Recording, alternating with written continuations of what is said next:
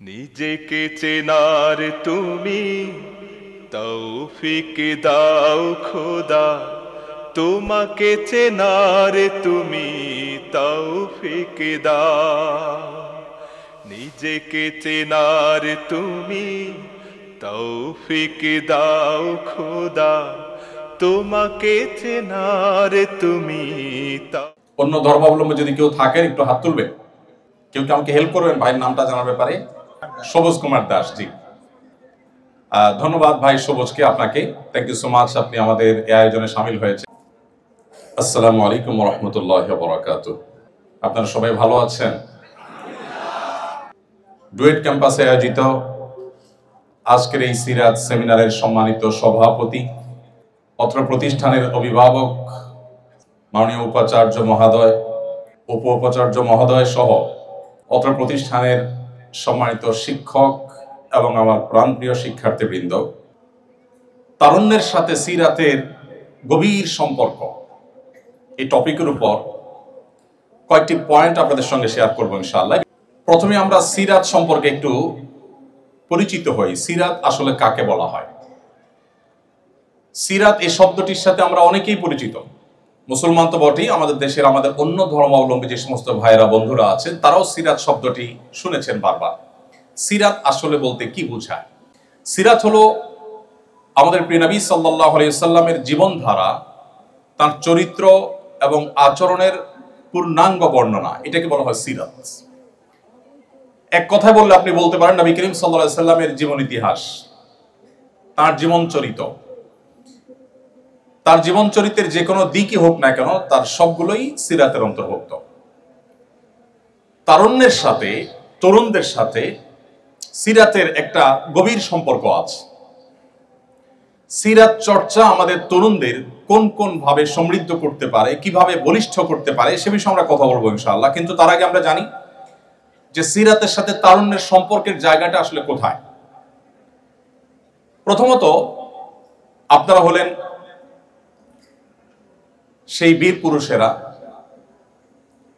যারা এদেশের বুকে থাকা জগদ্দল পাথর সরাবার দুঃসাহস করেছেন এবং সাফল্য আমাদেরকে দেখিয়েছেন।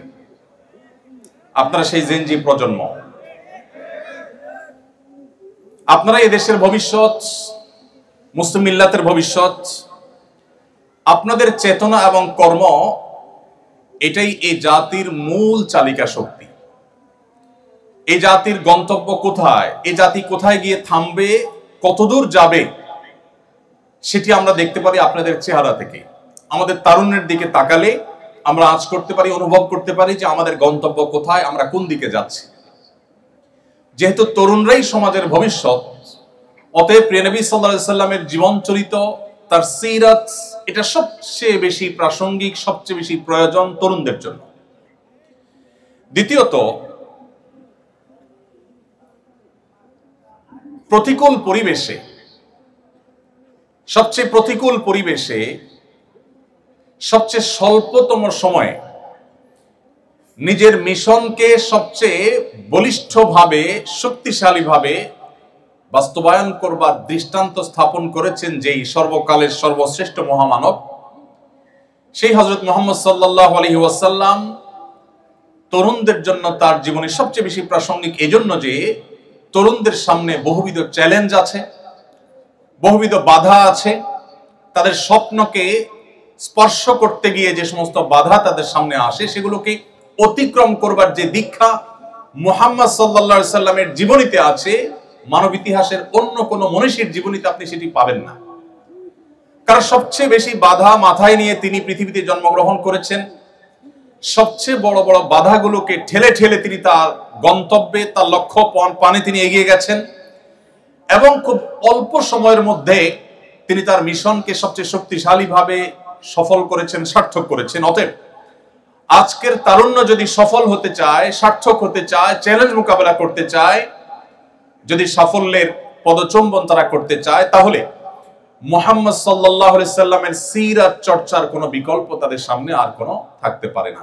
এছাড়া কেন সিরাত আমাদের তরুণদের জন্য খুব বেশি প্রাসঙ্গিক, এর সর্বশেষ যে কারণটি উল্লেখ করতে চাই তা হলো আমাদের প্রিয় নবী সাল্লাল্লাহু আলাইহি ওয়াসাল্লামের যে সভা ছিল, তার যে মজলিস ছিল, তার যে একান্ত কাছের মানুষগুলো ছিলেন, যাদের মাধ্যমে তিনি দ্বীনকে, তাওহীদকে পৃথিবীতে প্রতিষ্ঠিত করেছেন, যাদের মাধ্যমে একের পর এক বাধার প্রাচীর তিনি ডিঙ্গিয়েছেন, সেই মানুষগুলোর মধ্যে যেমন সিনিয়ররা ছিলেন, তেমন তরুণরা ছিলেন। যেমন বয়স্কদের অভিজ্ঞতা ছিল, তেমনি তারুণ্যের চঞ্চলতা ছিল। এ দুটিকে তিনি যেভাবে সমন্বয় করেছেন, অপূর্ব সমন্বয় ছিল তার জীবনীতে। এটি পৃথিবীতে অনেক মনীষী জীবনে আপনি খুঁজে পাবেন না। আপনি দেখবেন মুহাম্মদ সাল্লাল্লাহু আলাইহি সাল্লামের সভায় তার পরামর্শকদের মধ্যে যেমন আবু বকর, ওমরের মতো প্রাজ্ঞ, পণ্ডিত, অভিজ্ঞ মানুষেরা ছিলেন, ঠিক একই সময় আলী, আব্দুল্লাহ ইবনে ওমর, আব্দুল্লাহ ইবনে আব্বাস, আব্দুল্লাহ ইবনে মাসউদ, মুসআব ইবনে উমাইর রিদওয়ানুল্লাহি তাআলা আজমাইন এর মতো টগবগে তরুণ এবং যুবকদের দিয়ে নবী সাল্লাল্লাহু আলাইহি সাল্লামের পরামর্শের যে সভা, সেই পরামর্শক পরিষদ এটি গঠিত হয়েছে এবং এটাকে তিনি সামনে রেখে আমল নিয়ে তারপর অগ্রসর হয়েছে। তার কাছে সিনিয়রদের যেরকম গুরুত্ব ছিল, তারুণদের স্পেশাল গুরুত্ব ছিল। কিরকম স্পেশাল গুরুত্ব? আপনারা যারা হাদিস চর্চা করেছেন, নবী করিম সাল্লাল্লাহু আলাইহি সাল্লামের হাদিস বিভিন্ন সময় আপনারা শুনেছেন, তার হাদিসে আপনি দেখবেন মাঝে মধ্যে তিনি ইয়া মা'শারাশ শাবাব এই বাক্যটা ব্যবহার করেছেন। ইয়া মা'শারাশ শাবাব, ইয়া মা'শারাশ শাবাবের অর্থ হলো হে তরুণ সম্প্রদায়, হে যুবকেরা। নবী করিম সাল্লাল্লাহু আলাইহি সাল্লাম কখনো কখনো নারীদের সম্বোধন করে বলেছেন ইয়া মা'শারান নিসা, হে নারীগণ। আর কখনো কখনো তিনি আলাদা করে তরুণদেরকে ডেকে ডেকে বলেছেন, সম্বোধন করেছেন, অ্যাড্রেস করেছেন ইয়া মা'শারাশ শাবাব, হে তরুণেরা। নবী করিম সাল্লাল্লাহু আলাইহি সাল্লামের জীবনে তরুণরা ছাড়া অন্য কোনো বয়সের মানুষদেরকে আলাদা করে অ্যাড্রেস করে কথা বলতে আমরা হাদিসের কোথাও দেখি না। এবং শুধুমাত্র একবার নয়, বরং নবী সাল্লাল্লাহু আলাইহি সাল্লামের জীবনে বারবার এই ঘটনা ঘটেছে যে তিনি তরুণদেরকে আলাদা করে অ্যাড্রেস করেছেন। এখান থেকে বোঝা যায় যে প্রিয় নবী সাল্লাল্লাহু আলাইহি সাল্লামের কাছে আপনারা অর্থাৎ তরুণরা খুবই গুরুত্বপূর্ণ ছিলেন এবং তরুণদেরকে তিনি আলাদা করে অ্যাড্রেস করতে ভালোবাসতেন, পছন্দ করতেন এবং তরুণরাই তার মিশনকে সাকসেস করতে সবচেয়ে বেশি যারা ভূমিকা রেখেছে তাদের মধ্যে অগ্রগণ্য ছিল, অগ্রগামী ছিল। এজন্য আজকের তারুণ্যের জন্য সেই মুহাম্মদ সাল্লাল্লাহু আলাইহি সাল্লামের সিরাত এটা চর্চা করা অত্যন্ত প্রাসঙ্গিক, অত্যন্ত প্রয়োজনীয়। সম্মানিত উপস্থিতি, সিরাত চর্চা আমাদের তরুণদের কি কি বেনিফিট এনে দিতে পারে, কি সুবিধা এনে দিতে পারে, আমাদেরকে কি কি সার্থকতা এনে দিতে পারে। নাম্বার 1, আজকের মুসলমান নামধারী যে তরুণ আমরা আছি, যুব সম্প্রদায় আমরা আছি, বেশিরভাগ আমাদের তরুণদের দিকে তাকালে তাদের জীবনের কোনো লক্ষ্য, কোনো উদ্দেশ্য আছে বলে মনে হয় না। বিশেষ করে তাদের কাউকে আদর্শবাদী মুসলমান বলে মনে করতে আমাদের বেশ কষ্ট হয়। কারণ তাদের যে হেয়ালিপনা, আমি বড় অংশের কথা বলছি, সবার কথা বলছি না, তাদের মধ্যে যে তারুণ্যের চঞ্চলতা, এটা তাদেরকে একটা পর্যায়ে এমন দিকে নিয়ে যায় যেন এই জীবনের বিশেষ কোনো লক্ষ্য, বিশেষ কোনো উদ্দেশ্য, বিশেষ কোনো টার্গেট, বিশেষ কোনো স্বপ্নের জায়গা নেই। এই জন্য আত্মপরিচয়হীনতা দূর করা এবং আদর্শ ভিত্তিক ব্যক্তিত্ব গঠন করবার জন্য সিরাত চর্চা খুবই গুরুত্বপূর্ণ। পৃথিবীতে অনেক মনীষীর জীবনী আপনি পড়তে পারেন। অনেক বড় বড় মনীষীরা পৃথিবীতে এসেছেন এবং মানবতার জন্য অনেক অবদান রেখেছেন। পৃথিবীর ইতিহাসে আগত একমাত্র নবী রাসূলগণই সেই মনীষী যারা আমাদের জীবনের লক্ষ্য, আমাদের উদ্দেশ্য এবং আমাদের আত্মপরিচয়, আমাদের আইডেন্টিটি, আমাদের স্রষ্টার সাথে আমাদের সম্পর্ক এবং মেলবন্ধন এবং কানেকশন এটা করে দিয়েছেন শুধুমাত্র নবী রাসূলগণ। মানব ইতিহাসের অনেক বড় বড় মনীষীদের অনেক বড় বড় অবদানের কথা আপনি আলোচনা করতে পারবেন, কিন্তু আপনার জীবনের লক্ষ্য কি, আপনার জীবনের উদ্দেশ্য কি, এই প্রশ্নের উত্তর পৃথিবীতে অন্য কোনো মনীষীরা দিতে পারেন নাই। শুধুমাত্র আল্লাহর প্রেরিত নবী এবং রাসূলরাই দিয়েছেন, কারণ স্বয়ং সৃষ্টিকর্তা তাদেরকে প্রেরণ করেছেন, যার কারণে সৃষ্টিকর্তা তাদের মাধ্যমে বার্তা দিয়েছেন। এবং নবী সাল্লাল্লাহু আলাইহি সাল্লাম কোরআন কারীমের আয়াতের মাধ্যমে আমাদেরকে জানিয়েছেন, আল্লাহ বলেছেন ওয়ামা খালাকতুল জিন্না ওয়াল ইনসা ইল্লা লিয়াবুদুন, আমি জিন এবং মানুষকে সৃষ্টি করেছি শুধু আমার ইবাদত করবার জন্য। আমরা এই পৃথিবীতে এসেছি, আমরা এখানে এসে পড়াশোনা করি, আমাদের ক্যারিয়ার ডেভেলপ করি, আমরা কেউ চাকরি করব, কেউ উদ্যোক্তা হব, কেউ ব্যবসা বাণিজ্য করব, এক একজন এক এক সেক্টরে কাজ করব। আমাদের এই কাজের লক্ষ্য বা উদ্দেশ্য, এটা শেষ পরিণতিটা কি? যদি বলেন যে আমি মানুষের জন্য কাজ করব, মানুষের সেবা করব, আপনি প্রকৌশল বিশ্ববিদ্যালয়ের স্টুডেন্ট হিসাবে পড়াশোনা করে আপনি ইঞ্জিনিয়ার হয়ে আপনি মানব জাতির জন্য কোন একটা সংকটের সমাধানের পথ আবিষ্কার করবেন, মানুষ উপকার করবেন, ভালো কথা। আপনি যা করতে চাইছেন যদি আপনি সেটা করতে না পারেন, পৃথিবীতে মানুষ যা করতে চায় তার সবকিছু কি করতে পারে? আমরা যা চাই সবকিছু কি করতে পারি? আপনি যা করতে চেয়েছেন যদি সেটা করতে না পারেন, ধরা যাক আপনার স্বপ্ন ছিল আপনি পড়াশোনা করে আপনার ক্যারিয়ার ডেভেলপ করে আপনি মানব জাতির জন্য অনেক কিছু করবেন, কিন্তু আপনি হয়তো কিছু করতে পারলেন না। এই যে অনাকাঙ্ক্ষিত আনএক্সপেক্টেড সিচুয়েশনে তৈরি হয়েছে, আপনি কিছু করতে পারলেন না, এই জায়গাটায় আপনার সান্ত্বনার কোনো সূত্র আপনি খুঁজে পাবেন না। আপনি যদি আপনার সেকুলার দৃষ্টিভঙ্গি থেকে দেখেন, তাহলে আপনার একটা স্বপ্ন ছিল, স্বপ্নটা বাস্তবায়ন করতে পারলেন না, তাহলে আপনার এখন যাওয়ার কোনো জায়গা নেই। আপনি ও স্যাড বলা ছাড়া, ডিপ্রেসড হওয়া ছাড়া আপনার কিছু করার নেই। এটা একজন মানুষের জীবনের কোনো কাঙ্ক্ষিত সমাপ্তি হতে পারে না। দুর্ভাগ্যজনক বাস্তবতা হলো যারা মুহাম্মদ সাল্লাল্লাহু আলাইহি সাল্লাম সহ আল্লাহর পক্ষ থেকে প্রেরিত নবী রাসূলদের প্রতি ঈমান আনে না, বিশ্বাস করে না, তাদের জীবনে এরকম অনাকাঙ্ক্ষিত পরিসমাপ্তির সম্ভাবনা অনেক জোরালো। পক্ষান্তরে যারা মুসলমান, যারা মুহাম্মদ সাল্লাল্লাহু আলাইহি সাল্লামের প্রতি ঈমান এনেছে, তাদের সার্থকতা হলো মুহাম্মদ সাল্লাল্লাহু আলাইহি সাল্লাম তাদেরকে তাদের সৃষ্টিকর্তার সাথে পরিচয় করে দিয়েছে এবং এর ফলশ্রুতিতে আখিরাতের প্রতি বিশ্বাসী হয়েছে।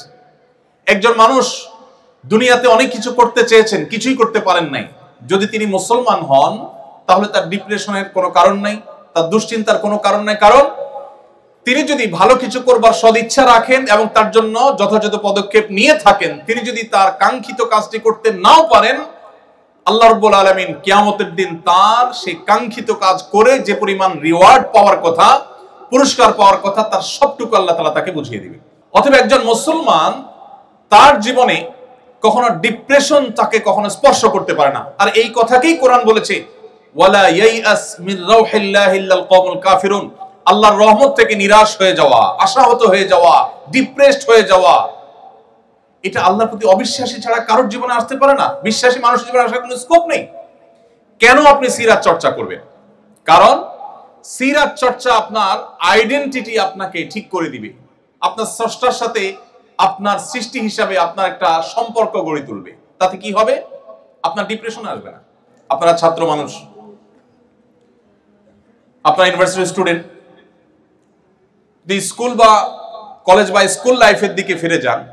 আমাদের অনেক স্কুল স্টুডেন্ট আছেন যারা অনেক পড়াশোনা করেন, এসএসসিতে একটা ভালো ফলাফল করতে হবে তাকে, এইচএসসিতে একটা ভালো ফলাফল করতে হবে তাদের। এ ধরনের স্টুডেন্টদের জন্য আমাদের ডক্টর নাবিল ভাই অনেক কাজ করেন, মাশাআল্লাহ, অনেক চমৎকার চমৎকার তার দিক নির্দেশনা আছে, আমরা জানি আমাদের এই ধরনের স্টুডেন্টদের জন্য। তো স্টুডেন্টরা যখন খুব পড়াশোনা করে পরীক্ষার আগে, অনেক ছেলেপেলে আছে, অনেক ছেলেমেয়েরা আছে, তাদের পড়াশোনার অন্যতম লক্ষ্য থাকে একটা ভালো ফলাফল করা। আর ভালো ফলাফল কেন করতে চায়? তার প্রাথমিক লক্ষ্য, চূড়ান্ত লক্ষ্য তো ঠিক আছে, ভালো কলেজে ভালো ভার্সিটিতে চান্স পাবে, ভালো ক্যারিয়ার বিল্ড আপ করবে। প্রাইমারি একটা লক্ষ্য থাকে, সেটা হলো পাশের বাসার আন্টিকে একটু দেখায় দেওয়া। আছে না নাই? কেন পাশের বাসার আন্টিকে দেখাইতে হবে?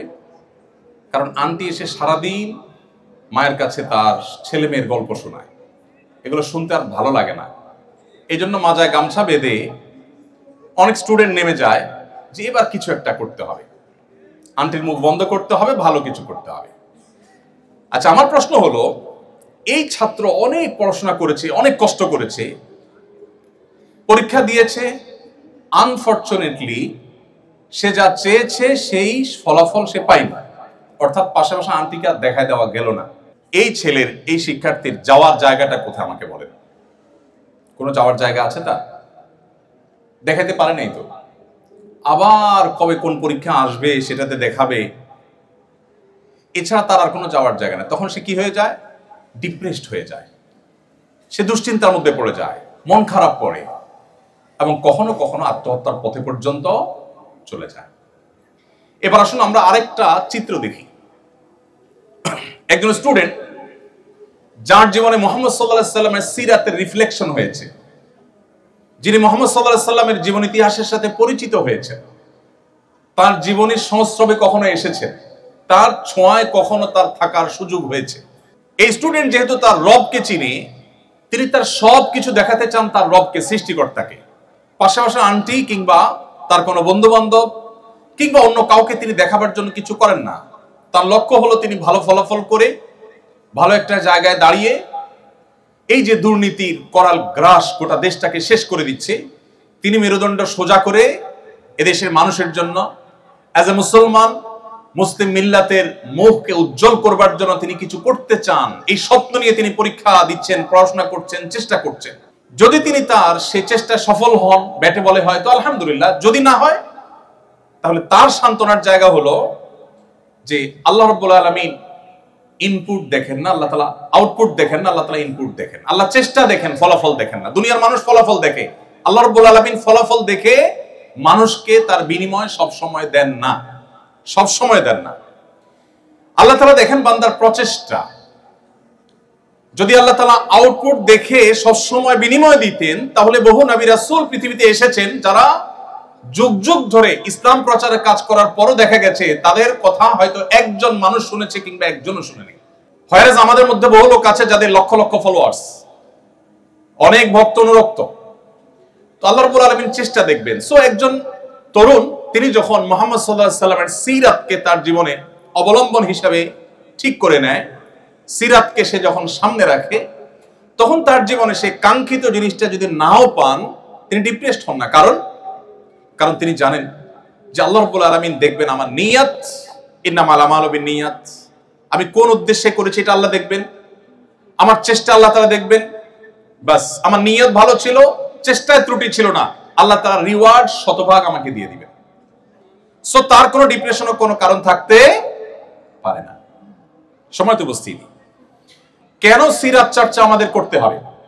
কারণ সিরাত আমাদেরকে আমাদের রবের সাথে আমাদের পরিচয় করিয়ে দেয়, আমাদের সৃষ্টিকর্তার সাথে আমাদের সম্পর্ক করে দেয়, যার ফলশ্রুতিতে আমাদের আইডেন্টিটি, আমাদের আত্মপরিচয়, এটা আমাদের মাথায় সবসময় জাগরুক থাকে।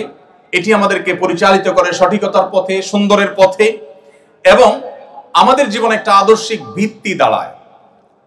অস্ট্রেলিয়ার কোন একজন গবেষক, নামটি আমার মনে নাই, অনেক আগে কোথাও পড়েছি, হারিয়ে ফেলেছি, তিনি বলেছেন যে এই পৃথিবীতে আমরা কেন এসেছি আমি জানি না, তবে এটুকু নিশ্চিত খেয়ে পরে দিন পার করার জন্য আমরা এই পৃথিবীতে আসিনি।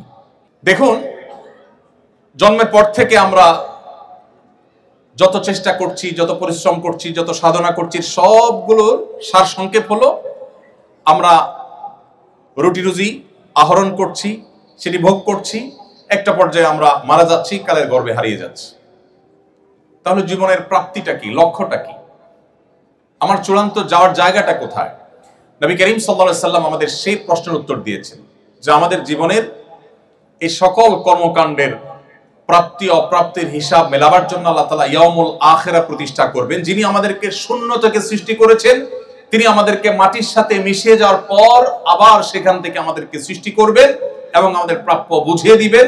যার কারণে একজন মুসলমান তিনি আদর্শের ভিত্তিতে, তার আদর্শিক একটা ভিত্তির উপর তার জীবন দাঁড়ায়, তার আইডেন্টিটি তৈরি হয়, তার আত্মপরিচয় তৈরি হয়।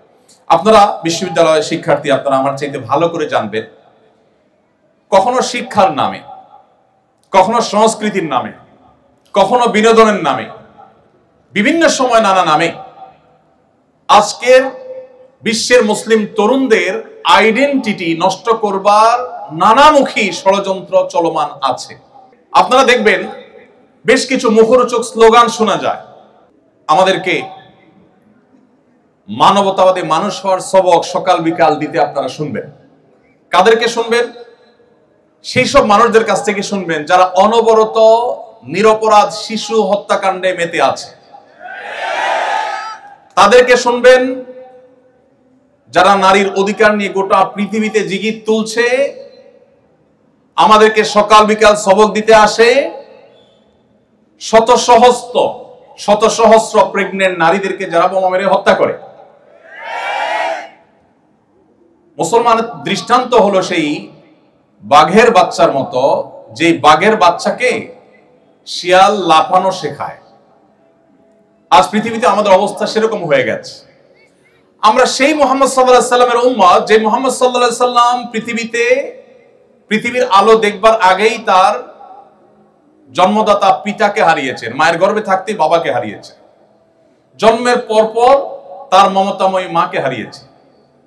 একের পর এক বাবা মা দুজনের ছায়া সরে গেল, অথচ তিনি তখনও দুধের শিশু। এরপর তার একমাত্র অভিভাবক দাদা আব্দুল মুত্তালিব সামান্য সময় পার হতে না হতেই তার কৈশোরেই তার সে অভিভাবকের ছায়াও সরে গেল, তিনিও মারা গেলেন। তার জীবনের সবচেয়ে কঠিন বছর, যেটি আমাল হুজুন বলা হয়েছে সিরাতের বইয়ে, সেই বছরে তার সবচেয়ে বড় অভিভাবক একদিকে চাচা আবু তালেব, অপরদিকে ঘরে স্ত্রী মা খাদিজা রাদিয়াল্লাহু তাআলা আনহা, আমাদের উম্মুল মুমিনিন, এবং তার স্ত্রী খাদিজা রাদিয়াল্লাহু তাআলা আনহা, এই দুজনের ছায়া একসাথে উঠে গেল। একের পর এক পায়ের নিচ থেকে মাটি সরে যাচ্ছে। এরপর যখন মক্কায় তিনি সবচাইতে সম্ভ্রান্ত বংশের, সবচাইতে সম্ভ্রান্ত ফ্যামিলির, সবচাইতে মর্যাদার জায়গা ছিলেন, যে মক্কাবাসী তাকে তার বিশ্বস্ততার কারণে আল আমিন উপাধি দিয়েছিল, সেই মক্কার মানুষরা তার বিরুদ্ধে এতটাই ষড়যন্ত্রে মেতে উঠলো, তাকে ধ্বংস করবার জন্য এতটাই তারা উদ্যত হলো যে তাকে তার মুখের উপর থুতু মারতেও তারা দ্বিধা করলো না।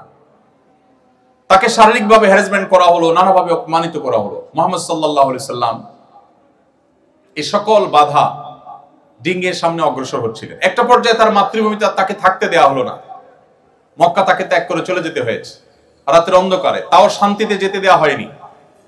বহু লোকচুরি করে, বহু প্ল্যান প্রোগ্রাম করে তাকে মদিনায় হিজরত করতে হয়েছে। মদিনায় যাওয়ার পর সেখানে একটু শান্তিতে কোথায় দিন কাটাবেন, সেখানেও শান্তিতে থাকতে দেওয়া হলো না। একটি রাত তার জীবনে তাকে নিশ্চিন্ত ঘুমাবার সুযোগ দেয়নি মক্কার মুশরিকেরা। কখনো চাপিয়ে দিয়েছে বদর, উহুদ, খন্দক, কখনো বা তাবুক, কখনো বা অন্য কোনো যুদ্ধ। এত বাধার পাহাড় ডিঙ্গিয়ে মদিনায় আসার পর মাত্র 10 বছর সময় পেয়ে গোটা পৃথিবীর পট পরিবর্তন করে দিয়েছে। কেন আপনাকে সিরাত জানতে হবে? কারণ আপনি সাকসেস তরুণ হতে চান, সাকসেস মানুষ হতে চান, সফল মানুষ হতে চান। পৃথিবীর ইতিহাসে এত চ্যালেঞ্জ মোকাবেলা করে এত দ্রুততার সাথে নিজের মিশনকে সাকসেস করতে পেরেছেন মুহাম্মদ সাল্লাল্লাহু আলাইহি ওয়াসাল্লাম ছাড়া আরেকজন মনীষী আপনি বের করতে পারবেন না। কেন আপনার তাকে পাঠ করতে হবে? কেন তার জীবনী আপনাকে জানতে হবে? কেন তার সিরাত আপনাকে চর্চা করতে হবে? কারণ তার সিরাত আপনাকে সাফল্যের চূড়ান্ত শিখরে পৌঁছতে সাহায্য করবে। সম্মানিত উপস্থিতি, আজ মুসলিম তরুণদের আত্মপরিচয় দূর করবার জন্য যে নানামুখী ষড়যন্ত্র চলমান আছে, সেই ষড়যন্ত্রগুলো সম্পর্কে আপনারা খুব ভালো করে জানেন।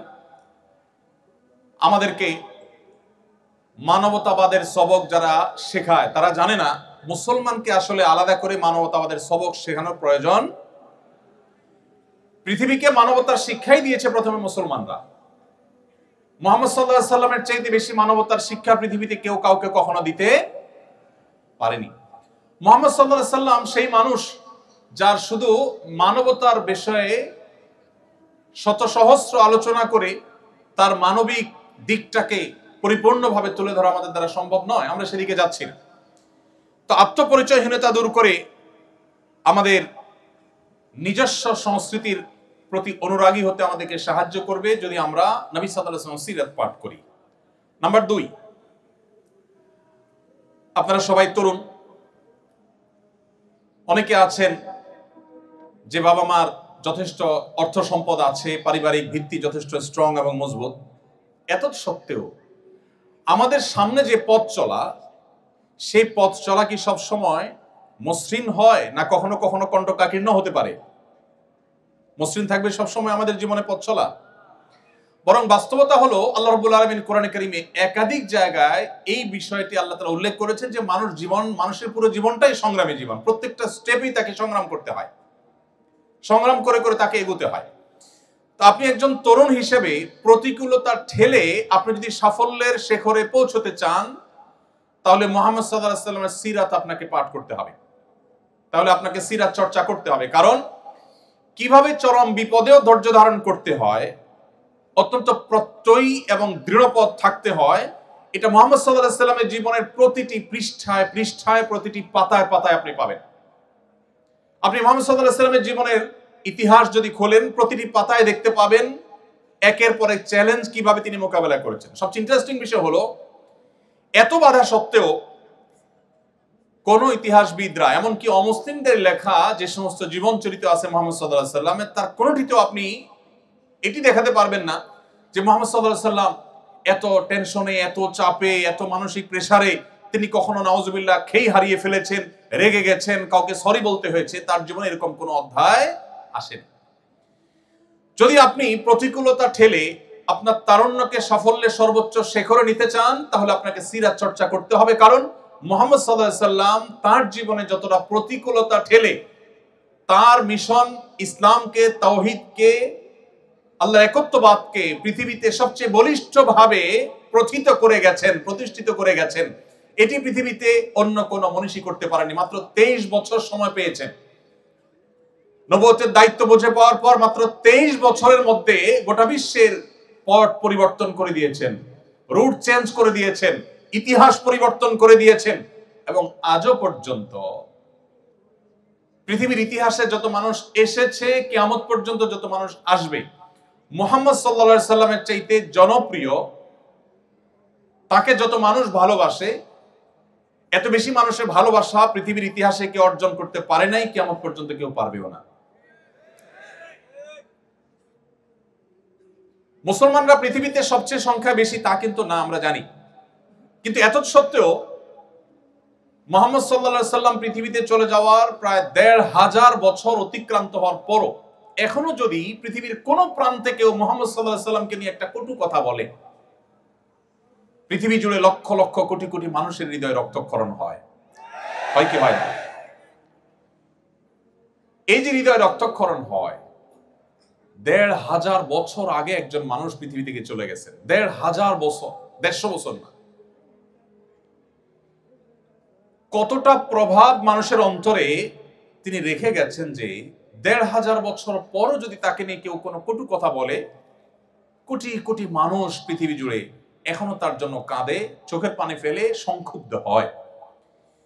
এর বিপরীতে আসুন, মাত্র ১৫০ বছর, ১৫০০ না, মাত্র ১৫০ বছর আগে পৃথিবী থেকে চলে যাওয়া কোনো মনীষী, হতে পারেন কোনো প্রভাবশালী পলিটিশিয়ান, হতে পারেন কোনো বড় বিজ্ঞানী যার অনেক অবদান আছে মানুষের জন্য, হতে পারেন কোনো ধর্মীয় ব্যক্তিত্ব যিনি অনেক বেশি জনপ্রিয় ছিলেন, হতে পারেন যে কোনো সেক্টরের মানুষ, মাত্র ১৫০ বছর আগে পৃথিবীতে ছিলেন, খুবই প্রাসঙ্গিক ছিলেন যখন ছিলেন।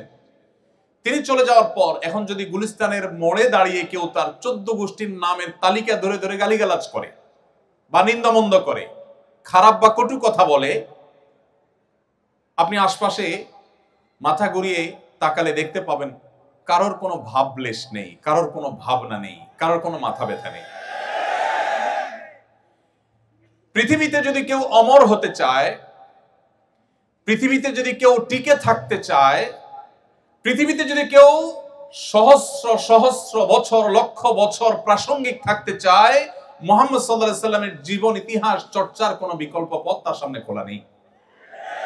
আপনি আমাকে দেখাতে পারবেন না আরেকজন মানুষ ১৫০০ বছর আগে পৃথিবীতে ছিলেন, এখনো তিনি প্রাসঙ্গিক, এখনো তার জন্য মানুষের মন কাঁদে। আপনাদের পছন্দের অনেক খেলোয়াড় আছে, অনেক তথাকথিত তারকা আছে, আমি জানি আপনারা অনেকে ফলো করেন, যাদের হয়তো সোশ্যাল মিডিয়াতে মিলিয়ন মিলিয়ন ফলোয়ার্স আছে। তারা যদি অবসরে চলে যান তাদের খেলা থেকে, তাদের সেক্টর থেকে, কয়েক বছরের মধ্যেই দেখবেন তারা অপ্রাসঙ্গিক হয়ে গেছেন। বড়জোর ১ যুগ ২ যুগ বা সামান্য কিছু বছর হয়তো তাদের নিয়ে আলোচনা হবে, একটা সময় তারা ইতিহাসের পাতায় হারিয়ে যাবেন। কালে ভদ্রে তাদের নাম হয়তো উল্লেখ নেওয়া হবে, তাদের কোনো ভক্ত অনুরক্ত সেভাবে থাকবে না, কোনো প্রভাব সেভাবে থাকবে না। যত নবী রাসূল পৃথিবীতে এসেছেন সবাই পৃথিবীতে সবচেয়ে বেশি প্রভাব সৃষ্টিকারী, সবচেয়ে বেশি প্রাসঙ্গিক, বিজ্ঞানের উৎকর্ষের এই সময়ে এসেও মুহাম্মদ সাল্লাল্লাহু আলাইহি সাল্লামের প্রাসঙ্গিকতা চুল পরিমাণ, বিন্দু পরিমাণ কমে নাই, বরং বাড়ছে। পৃথিবী যত সংকটে নিপতিত হবে, যত সংকটের মুখোমুখি হবে, মানবতা যত বিপর্যস্ত হবে, তত বেশি মুহাম্মদ সাল্লাল্লাহু আলাইহি সাল্লামকে স্মরণ করতে বাধ্য হবে। মানবতার সামনে আল্লাহর প্রেরিত রাসূল, মহান সৃষ্টিকর্তার প্রেরিত দূতের দেখানো পথ ছাড়া সত্যিকারের এবং দীর্ঘস্থায়ী সমাধানের এবং মুক্তির আর কোনো পথ খোলা নেই। ভাইরা আমার, এক্সপেরিমেন্ট বা পরীক্ষা নিরীক্ষা পৃথিবী বহু চালিয়েছে, এখনো চালাচ্ছে। একমাত্র ঘুরে ফিরে যে জীবন দর্শন মানুষের জন্য সবচেয়ে বেশি বাস্তবসম্মত, উপযোগী এবং উপকারী হিসাবে প্রমাণিত, সেটি হলো নবী রাসূলদের আদর্শ। সর্বশেষ নবী মুহাম্মদ মুস্তাফা সাল্লাল্লাহু আলাইহি সাল্লামের জীবনী সেজন্য আমাদের চর্চা করতে হবে। সম্মানিত বন্ধুগণ, কেন আমাদের সিরাত চর্চা করতে হবে? আপনি একজন টকবগে তরুণ হিসেবে যদি আপনি সমাজের অন্যায় অনাচারের বিরুদ্ধে লড়তে চান, বিশেষ করে আমাদের এই প্রিয় স্বদেশের কথা যদি বলি, যেখানে রন্ধ্রে রন্ধ্রে প্রতিটি খাঁজে ভাঁজে যেখানে অনিয়ম, অন্যায়, অনাচার ছেয়ে গেছে, আপনি যদি জগদ্দলে পাথর সমাজের বুক থেকে সরাতে চান, তাহলে আপনার জন্য মুহাম্মদ সাল্লাল্লাহু আলাইহি সাল্লামের সিরাত চর্চার কোনো বিকল্প নেই। কারণ আপনি দেখবেন মুহাম্মদ সাল্লাল্লাহু আলাইহি সাল্লাম মক্কা যখন আগমন করেছেন, তিনি সেখানকার যত কুসংস্কার ছিল, জাহিলি যুগের যত অন্যায় অনাচার ছিল, যত জঞ্জাল ছিল, সেগুলোকে তিনি দূর করেছেন। কত বছরে? মাত্র 23 বছর সময়ের মধ্যে। শুধু মক্কার অনাচার নয়, তখনকার পৃথিবীতে যত অনাচার ছিল, এই সমস্ত অনাচারগুলোকে একটি একটি করে সবগুলোর কবর রচনা করেছেন মুহাম্মদ সাল্লাল্লাহু আলাইহি সাল্লাম। আপনারা জানেন, আমাদের বোনরা শুনছেন এখানে নিশ্চয়ই, কন্যা হিসাবে যে সমাজে জন্মগ্রহণ করাটাকে অপরাধ মনে করা হতো। আল্লাহ কোরআনে বলেছেন, ওয়াইযা বুশশিরা আহাদুহুম বিল উনসা যাল্লা ওয়াজহুহু মুসওয়াদ্দান ওয়া হুয়া কাযীব। নবী সাল্লাল্লাহু আলাইহি সাল্লাম যে সমাজে এসেছেন, সে সমাজে কারোর কন্যা সন্তান হয়েছে এই সংবাদ শোনানো হলে তার মুখটা কালো হয়ে যেত। ইয়াতাওয়ারা মিনাল কওম, তিনি মুখ লুকাতেন, মানুষের সামনে মুখ দেখাতে চাইতেন না, কারণ তার কন্যা সন্তান হয়েছে। আপনি চিন্তা করতে পারেন যে এই জায়গা ছিল কন্যা বা মেয়েদের অবস্থান। সময় কিন্তু 23 বছর। মাত্র এই 23 বছরের মধ্যে নারীকে সেই অতল গভীর থেকে তুলে আকাশের সর্বোচ্চ শিখরে রেখে নবী করিম সাল্লাল্লাহু আলাইহি সাল্লাম এমন এক সমাজ গঠন করেছেন মাত্র 23 বছরে, যেই সমাজে কন্যার বাবা হওয়া ছেলের বাবা হওয়ার চাইতে বেশি গৌরবের বিষয় পরিণত হয়েছে। আপনারা অনেকেই হাদিস জানেন, নবী করিম সাল্লাল্লাহু আলাইহি সাল্লাম বলেছেন, কারোর যদি দুটি কন্যা সন্তান থাকে এবং সে যদি সেই দুটি কন্যা সন্তানকে সুশিক্ষা দেয়, সঠিক দীক্ষা দেয়, তাদের মধ্যে কোনো বৈষম্য না করে, সুবিচার করে, তাদেরকে সুশিক্ষা শিক্ষিত করে, আদর্শবান মুসলিম করে, ভালো পাত্রস্থ করে, এক কথা তাদের সকল অধিকার যদি সঠিকভাবে আদায় করে, এবং কন্যা সন্তান হয়েছে এটার জন্য তিনি কোনো লজ্জিত, অনুতপ্ত বা হেজিটেশন ফিল না করে প্রাউড ফিল করেন, নবী করিম সাল্লাল্লাহু আলাইহি সাল্লাম তার জন্য জান্নাতের, বরং নবী সাল্লাল্লাহু আলাইহি সাল্লামের সান্নিধ্যে জান্নাতে থাকার শুভ সংবাদ দিয়েছেন। অথচ আমি নিজেও ছেলে, আপনারাও এখানে আমার সামনে যারা আছেন তারা ছেলে। এমন কোন হাদিস আমি পাইনি যে এক ডজন পুত্র সন্তান জন্ম দেওয়ার এই সৌভাগ্য বিরল অর্জনের কারণে নবী সাল্লাল্লাহু আলাইহি সাল্লাম কোন বাবা মাকে এই সুসংবাদ শুনিয়েছেন যে জান্নাতের বারান্দার কাছাকাছি যাওয়া যাবে। আমি এটা পাইনি। কিন্তু দুটি কন্যা সন্তান হলে জান্নাতে শুধু থাকা নবী সাল্লাল্লাহু আলাইহি সাল্লামের সান্নিধ্যের সৌরভ পাবে, এই শুভ সংবাদ তিনি দিয়েছেন। শুধু তাই নয়, ইমাম মালিক রাহমাতুল্লাহর একটা চমৎকার উক্তি আছে। তিনি বলেছেন, আল আম্বিয়া ওয়া আবুল বানাত, নবী রাসূলগণ কাকতালীয় ভাবে হোক আর আল্লাহ তাআলার সুপরিকল্পনার অংশ হোক, অবশ্যই আল্লাহর প্রত্যেকটা কাজ হিকমত দ্বারা পরিপূর্ণ। তিনি বলেছেন, যত নবী রাসূল পৃথিবীতে এসেছে, অ্যানালাইসিস করলে দেখা যায় বেশিরভাগ নবী রাসূলদেরকে আল্লাহ তাআলা মেয়েদের বাবা করেছেন। আমাদের নবী করিম সাল্লাল্লাহু আলাইহি সাল্লামের ছেলে সন্তান হয়েছে, কিন্তু আল্লাহ তাআলা তাদেরকে একেবারে সেই শৈশবে নিয়ে গেছে। তার 4টি কন্যা সন্তান স্বাভাবিক জীবন যাপন করে বড় হয়ে সংসার করে তারপর দুনিয়া থেকে গেছেন। 4টি কন্যা সন্তান, একটি ছেলে সন্তানও তার বড় হয়ে স্বাভাবিক জীবন যাপন করবার সুযোগ পায়নি। অর্থাৎ নবী করিম সাল্লাল্লাহু আলাইহি সাল্লাম 4 জন মেয়ের বাবা ছিলেন, এবং এজন্য মক্কার মুশরিকরা তাকে বিদ্রূপ করে বলতো যে মুহাম্মদ মারা গেলে তার নাম নেয়ার মতো মানুষ কেউ থাকবে না, কারণ কোনো ছেলে নাই, তার বংশ কিভাবে থাকবে টিকে। যারা বলেছিল তারা ইতিহাসে রাস্তা করে নিক্ষিপ্ত হয়ে গেছে।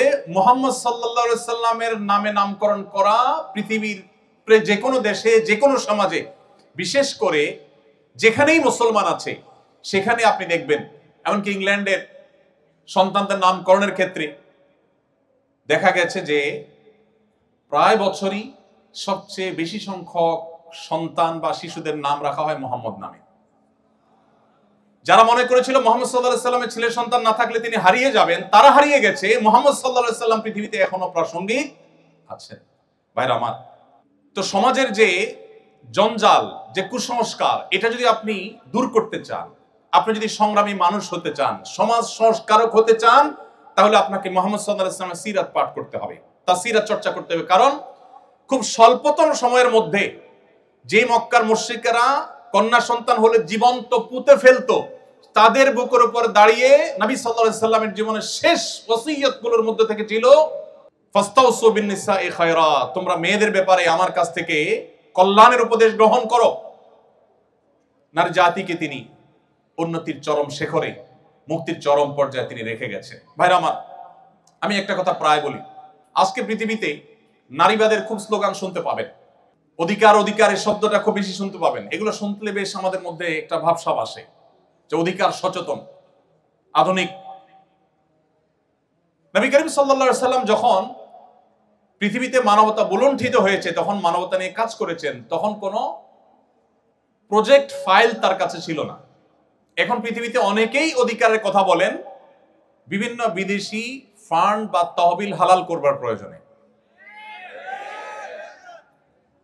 এটা একটা ফ্যাশনের বিষয় হয়েছে এখন, তখন ফ্যাশনের বিষয় ছিল না।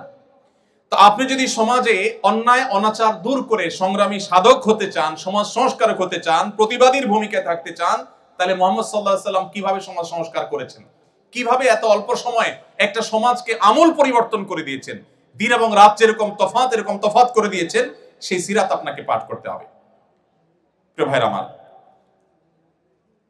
আপনি যদি বিরতিহীন পথ চলায় জীবনের অভিষ্ট লক্ষ্যে পৌঁছতে চান, তাহলে আপনাকে মুহাম্মদ সাল্লাল্লাহু আলাইহি সাল্লামের সিরাত চর্চা করতে হবে। কেন?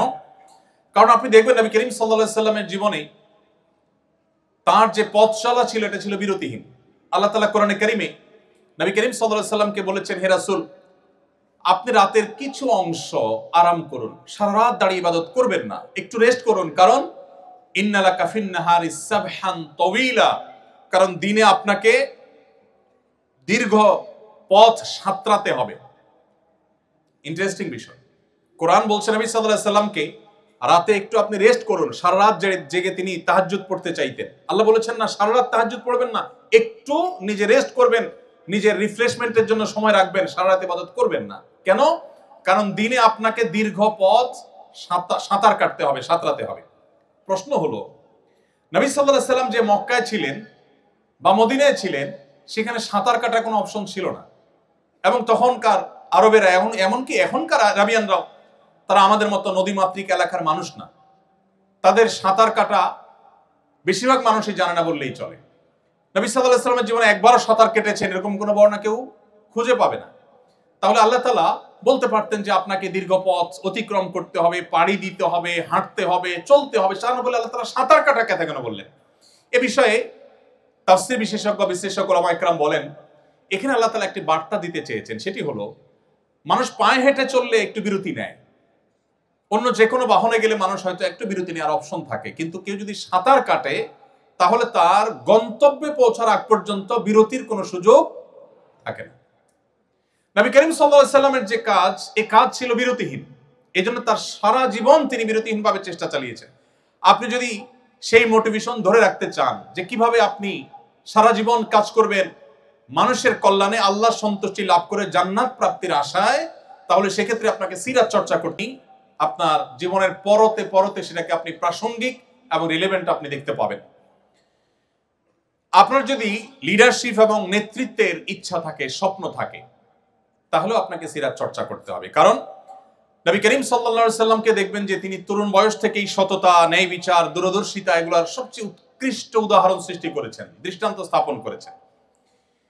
তিনি কিন্তু যখন বয়সে তরুণ ছিলেন তখনই মক্কায় বাহির থেকে আসা মানুষজন যারা নির্যাতিত হতো, নানাভাবে নিষ্পেষিত হতো, নানাভাবে জুলুমের শিকার হতো, এই মানুষগুলোর মুক্তির জন্য ঐতিহাসিক যে হিলফুল ফুজুল সংগঠিত হয়েছিল সেই সংগঠনের সাথে তিনি সম্পৃক্ত হয়ে গেছেন। এবং যখন মক্কার কাবার পুনর্নির্মাণের উদ্যোগ নিলেন নবী সাল্লাল্লাহু আলাইহি সাল্লামের দাদা আব্দুল মুত্তালিব, নবী সাল্লাল্লাহু আলাইহি সাল্লাম তখন কিশোর ছিলেন, অনেক ছোট মানুষ ছিলেন। যখন মক্কার মুশরিকরা সবাই মিলে কাবাঘর ভেঙে যাচ্ছিল, অনেক পুরাতন হয়ে গেছে স্থাপনা, এটাকে পুনর্নির্মাণ করলেন, তখন কালো পাথর যেটি হাজরে আসওয়াদ, এই পাথরটা পুনর্নির্মাণ করে এটিকে আবার আগের জায়গায় স্থাপন করা হবে, এই কাজটি কে করবে, এটা নিয়ে তাদের মধ্যে বিবাদ দেখা দিল। আপনারা জানেন মক্কার মুশরিকদের মধ্যে সেই বিবাদ ছিল, এবং বিবাদটা এতটাই ছিল প্রকট যে সামান্য একটু কুয়া থেকে কার ওঁট আগে পানি পান করলো, এই ঘটনাকে কেন্দ্র করে যুগ যুগ ধরে তারা বংশকে বংশ করে তারা যুদ্ধ করত। সেই জাতি, অবুঝ জাতি, তারা এই পাথর রাখা নিয়ে বিবাদে লিপ্ত হলো, কোনোভাবে মীমাংসা করতে পারলো না। মুহাম্মদ সাল্লাল্লাহু আলাইহি সাল্লামের অভিনব এক কৌশলের মাধ্যমে তার সে অল্প বয়সে তিনি সেই সমস্যার সমাধান করেছেন। লিডারশিপ, নেতৃত্ব দেওয়ার যোগ্যতা, সমাজে মীমাংসা করবার যোগ্যতা, সমাজকে সংকট থেকে উত্তরণের যোগ্যতা তার সেই কৈশোর থেকে তার জীবনে ছিল। আপনি যদি সিরাত গ্রন্থ পড়েন, এরকম প্রতিটি পৃষ্ঠায় পৃষ্ঠায় আপনি এটি দেখতে পাবেন। নবী করিম সাল্লাল্লাহু আলাইহি সাল্লামকে দেখবেন সিদ্ধান্ত গ্রহণে বুদ্ধিমত্তা। শুধুমাত্র হিজরতের সময় মক্কা থেকে তিনি যে মদিনায় চলে যাচ্ছিলেন রাতের অন্ধকারে, যে স্টেপগুলো তিনি অবলম্বন করেছেন, এগুলোর এক একটা নিয়ে বহু পিএইচডি হতে পারে, বহু গবেষণা হতে পারে, হয়েছেও। নবী করিম সাল্লাল্লাহু আলাইহি সাল্লামের যে প্ল্যান ছিল আপনি দেখবেন, তিনি মক্কা থেকে হিজরত করে মদিনায় যাবেন কাউকে বলেননি, কাছের লোকজনকেও বলেননি। মক্কার সমস্ত মুশরিকদের সবগুলো চোখ তার দিকে, কখন তিনি বের হয়। তারা আঁচ করতে পেরেছে যে তিনি যাবেন, কিন্তু তাদের সবার সে চেষ্টাকে ব্যর্থ করে দিয়ে তিনি সাকসেস হয়েছেন, তিনি চলে গেছেন। তার সন্ধান তারা পায়নি। প্ল্যান কি ছিল? দীর্ঘ আলোচনা, আমি সেদিকে খুব বেশি দীর্ঘ আলোচনা যাব না। আপনি যদি লক্ষ্য করেন দেখবেন তিনি যাওয়ার আগে সংবাদ সবার কাছ থেকে তিনি আড়ালে রেখেছেন, কাউকে বলেননি, কাছের লোক, পরিবার লোকদেরকেও বলেননি তিনি কখন যাচ্ছেন। যেই বিছানায় তিনি শায়িত ছিলেন, আলী রাদিয়াল্লাহু তাআলা আনহুকে ডেকে এনে ওই বিছানায় শুইয়ে দিলেন, দিয়ে তারপর তিনি চলে গেলেন, যাতে করে তাকে যারা ডিপ মনিটরিং করছে, তখনকার যুগে তো আর বিদ্যুতের আলো ছিল না, এই আলো আধারিতে কেউ একজন বিছানায় শোয়া আছে এটা দেখে তারা যেন ধোকায় পড়ে যায়, তারা যেন মনে করে যে মুহাম্মদ সাল্লাল্লাহু আলাইহি ওয়াসাল্লাম মনে বিছানায় শোয়া আছেন। এই জন্য আলী রাদিয়াল্লাহু তাআলা আনহুকে রাতের গভীরে এনে তার বিছানায় শুইয়ে দিয়ে তিনি বাসা থেকে বের হয়েছে। তিনি জানতেন যে একটানা মদিনায় তিনি যেতে পারবেন না, তাকে ধাওয়া করা হবে। তিনি পথে একটা স্টেপ নিলেন গারে সৌরে। সেই গারে সৌর, সেখানে তিনি অবস্থানকালীন সময়ে খাবার দাবারের কি ব্যবস্থা হবে সেই ক্যাটারিং সার্ভিসের জন্য তিনি দায়িত্ব দিলেন আবু বকর রাদিয়াল্লাহু তাআলা আনহুর কন্যাকে, এবং তাকে দায়িত্ব দিলেন, তিনি যথারীতি দায়িত্ব পালন করলেন। আবার সেই খাবার কিভাবে পৌঁছানো হবে, মক্কার মুশরিকরা তো ফলো করবে, এই জন্য দায়িত্ব দিলেন আরেকজনকে, ট্রান্সপোর্টের দায়িত্ব। যাকে ট্রান্সপোর্টের দায়িত্ব দেওয়া হলো তাকে পরিকল্পনা বুঝায় দেওয়া হলো, তিনি ছাগলের রাখাল নিয়ে, যিনি খাবার যাবেন তার পেছন থেকে ছাগলের রাখাল নিয়ে একজন যাবেন, যাতে করে তার যে পদচিহ্নগুলো আছে এগুলো ছাগল পায়ে হেঁটে মারিয়ে সেটাকে মিশিয়ে ফেলে, মক্কার মুশরিকরা যাতে আঁচ করতে না পারে পায়ে হেঁটে কোথায় গিয়েছে, গাড়ি সৌরটা ঠিক কোন জায়গায় যেন ধরতে না পারে। এরপরে সেখানে মক্কার মুশরিকদের গতিবিধি জানার জন্য সংবাদদাতা হিসাবে, মিডিয়া হিসাবে আলাদা ডিপার্টমেন্টকে দায়িত্ব দিলেন, তারা সেই সংবাদ তাকে পৌঁছাতো নিয়মিত। এভাবে একটি একটি করে শুধুমাত্র তার হিজরতের প্ল্যান পরিকল্পনা যদি আমরা শুনি তো আমরা অবাক হয়ে যাব যে আজকাল পৃথিবীতে বহু ট্রেনিং, বহু গবেষণা, বহু পড়াশোনা, বহু স্টাডি, বহু উচ্চতর ডিগ্রি নিয়েও মানুষ যে সমস্ত প্ল্যান প্রোগ্রাম করতে পারে না, নবী সাল্লাল্লাহু আলাইহি ওয়াসাল্লাম জীবনে সেটি করেছেন। সবচেয়ে মজার বিষয় হলো তার 23 বছরের সামগ্রিক জীবনে একটি জায়গা আপনি খুঁজে বের করতে পারবেন না যে তিনি একটা স্টেপ নেওয়ার পরে বলেছেন ওহ সরি, ভুল হয়ে গেছে, একটাও দেখাতে পারবেন না। গাইডেড বাই আল্লাহ সুবহানাহু ওয়া তাআলা। তো আপনি যদি লিডারশিপ চান, সিদ্ধান্ত গ্রহণের বুদ্ধিমত্তা চান, আপনাকে মুহাম্মদ সাল্লাল্লাহু আলাইহি ওয়াসাল্লামকে পাঠ করতে হবে। আপনি যদি সহযোগিতা এবং পরামর্শ ভিত্তিক সমাজ গড়ে তুলতে চান, প্রতিষ্ঠান গড়ে তুলতে চান, আজকে পৃথিবী জনগণের মতামত নিয়ে সরকার গঠন করার কথা বলে। আজকে বিভিন্ন কাজের ক্ষেত্রে কেউ একক সিদ্ধান্ত দেওয়ার পরিবর্তে পরামর্শ ভিত্তিক কাজকে অ্যাপ্রিসিয়েট করে। নবী করিম সাল্লাল্লাহু আলাইহি সাল্লাম এমন সমাজ গঠন করেছেন। আল্লাহ তাআলা কোরআনে কারিমে বলেছেন ওয়া আমরুহুম শুরা বাইনাহুম, তিনি পরামর্শ ভিত্তিক সমাজ গঠন করেছেন। এবং পৃথিবীর ইতিহাসের সর্বপ্রথম দ্বিপাক্ষিক লিখিত চুক্তি, ঐতিহাসিক মদিনা সনদ তিনি রচনা করেছেন। তার আগে ভিন্ন মতের মানুষের সাথে সমঝোতা স্মারক, লিখিত সমঝোতা স্মারক পৃথিবীর ইতিহাসে কেউ কখনো রচনা করেনি, তিনি প্রথম করেছেন। নবী করিম সাল্লাল্লাহু আলাইহি সাল্লামের যে লিডারশিপ ছিল, সেখানে যে বিনয় ছিল, তার যে বিনম্রতা ছিল, আপনি দেখতে পাবেন। এক সাহাবী বলেছেন, বাহির থেকে আগত কোনো মানুষ মদিনায় এসে যখন মুহাম্মদ সাল্লাল্লাহু আলাইহি সাল্লাম মদিনার শাসক, রাষ্ট্রপ্রধান, তখন তাকে খুঁজে পেতে তাদের অনেক সময় বেগ পেতে হতো। মসজিদে তিনি যখন বসা থাকতেন তার অনুসারী, তার সাহাবীদের কাছে সাথে, তখন বাহির থেকে আসা আগন্তুকরা অনেক সময় জিজ্ঞেস করতে হতো মান ফিকুম মুহাম্মদ, তোমাদের মধ্যে মুহাম্মদ লোকটা কে? আপনি একটু কল্পনা করার চেষ্টা করুন, একজন নবী, আমাদের সমাজের কোনো পাতি নেতা না, একজন নবী, একজন রাসূল, যার জন্য তার উম্মতরা জীবন দিতে ঈমানের কারণে বাধ্য, এই রকম অনুসারী। এখন তো পাতি নেতাদের বিপদে হলে তাদের অনুসারীরা তাদের আগে পালাবে, কিন্তু মুহাম্মদ সাল্লাল্লাহু আলাইহি সাল্লামের সেই সাহাবা একরাম যারা তার জন্য জীবন দিতে প্রস্তুত, এই রকম ভক্তদের মধ্যে, এই রকম সাহাবীদের মধ্যে যখন তিনি বেষ্টিত থাকতেন, বসে থাকতেন, বাহির থেকে আসা অচেনা আগন্তুক মানুষ, যিনি ব্যক্তি মুহাম্মদ সাল্লাল্লাহু আলাইহি সাল্লামকে চিনে না, জিজ্ঞেস করতে হতো মান ফিকুম মুহাম্মদ, তোমাদের মধ্যে মুহাম্মদ লোকটা কে? তার বসার বিনয়ের ভাব কেমন ছিল যে তাকে আলাদা করে খুঁজে বের করা যেত না। তার অ্যাটিটিউড দেখে, তার বসার স্টাইল দেখে বিনয় কাকে বলে পৃথিবীকে শিক্ষা দিয়েছেন মুহাম্মদ সাল্লাল্লাহু আলাইহি সাল্লাম। আমাদের সমাজে যে পরিমাণ সভাপতি আর সহসভাপতির বাম্পার ফলন হয়েছিল আপনারা জানেন। রাস্তাঘাটে, বাজারে, বন্দরে যেই কোনো নেতা যদি হেঁটে যান আর সাথে নেতার অনুসারী বা চামচারা থাকে, নেতাকে আর অনুসারীকে এটাকে জিজ্ঞেস করার কোনো দরকার হবে? কেন হবে না? নেতার জামার যে মার, পাঞ্জাবির যে কড়কড়া মড়কড়া মড়মড়া ভাব, নেতার যে হাব ভাব, নেতার যে ওসফোস, নেতার যে স্টাইল, তার যে অহংকার, তার যে অহমিকা, এটা দেখে একটা শিশুরও বুঝতে কষ্ট হবে না যে এখানে নেতাকে আর অনুসারী কি। মুহাম্মদ সাল্লাল্লাহু আলাইহি সাল্লাম বিনয়ের সে দৃষ্টান্ত স্থাপন করেছেন যে অনুসারীদের মধ্যে থেকেও তিনি এমন ভাবে হারিয়ে যেতেন যে তাকে আলাদা করে খুঁজে বের করতে হতো। তার বসার মধ্যে এরকম কোন আজকালকার বিশ্বের নেতাদের মতো কোনো অহংকারী দৃষ্টিভঙ্গি কখনো ছিল না, সেরকম ভাব কখনো ছিল না। আপনি যদি লিডারশিপ শিখতে চান তাহলে আপনাকে মুহাম্মদ সাল্লাল্লাহু আলাইহি সাল্লামকে কেন পাঠ করতে হবে? ভাইরা আমার, আপনার লিডারশিপের জন্য আরেকটা জিনিস প্রয়োজন হলো অন্যকে অনুপ্রাণিত করবার ক্ষমতা।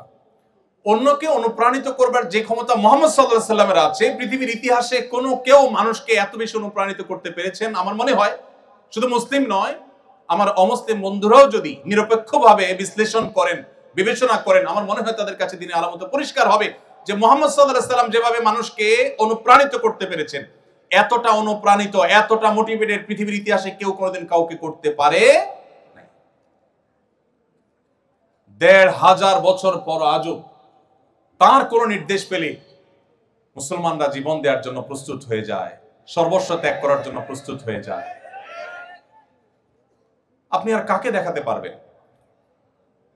নেতা বক্তব্য দিয়ে বের হলেই অনুসারীরা ভাঙচুর শুরু করে দেয়।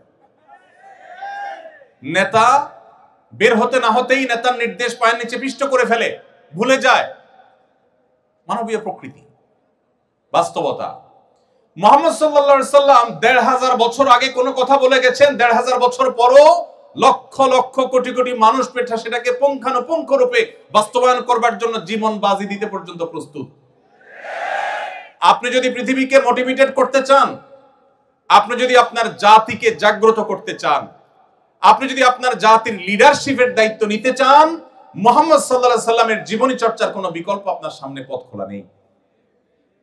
সম্মানিত উপস্থিতি, আপনি যদি ঐক্যবদ্ধ করতে চান আপনার জাতিকে, বিশ্ব মানবতাকে, আপনি যদি মানুষের প্রচেষ্টাগুলোকে একত্র করতে চান, সেক্ষেত্রে আপনাকে সিরাত চর্চা করতে হবে। আল্লাহ রাব্বুল আলামিন কোরআনে কারিমে একাধিক জায়গায় বলেছেন নবী সাল্লাল্লাহু আলাইহি সাল্লামের অবদানের কথা। বিশ্ব মানবতার প্রতি তার যে সমস্ত অবদানগুলো ছিল, এর মধ্যে থেকে অন্যতম অবদান ছিল তিনি মানব জাতিকে কখনো বিভক্ত করেননি, ঐক্যবদ্ধ করার চেষ্টা করেছেন। যারা তার ধর্ম অনুসরণ করে নেই, যার কথা মানে নেই, তাদেরকেও শান্তিপূর্ণভাবে সমাজে বসবাস করবার অধিকার তিনি এমন ভাবে বাস্তবায়ন করেছেন, অন্য ধর্মাবলম্বী যারা মুসলমানদের সাথে শান্তিপূর্ণ সহাবস্থানে বিশ্বাসী, যারা মুসলমানদের সাথে নানাভাবে নানা চুক্তিতে তারা আবদ্ধ, সেই রকম অন্য ধর্মাবলম্বীদের কাউকে যদি হত্যা করে কোনো মুসলমান হত্যা না, কোনো অমুসলমানকে যদি এভাবে হত্যা করে, নবী করিম সাল্লাল্লাহু আলাইহি সাল্লাম সেই মুসলমানকে শাসিয়েছেন, সতর্ক করেছেন যে সে যত ভালো কাজ করুক, যত নেকামল করুক না কেন, জান্নাতের গ্রাণ পর্যন্ত সে মুসলমান পাবে না। নবী করিম সাল্লাল্লাহু আলাইহি সাল্লাম সেই আদর্শ আমাদেরকে দিয়েছেন, যে আদর্শের বর্ণনা আল্লাহ কোরআনে বর্ণনা করেছেন।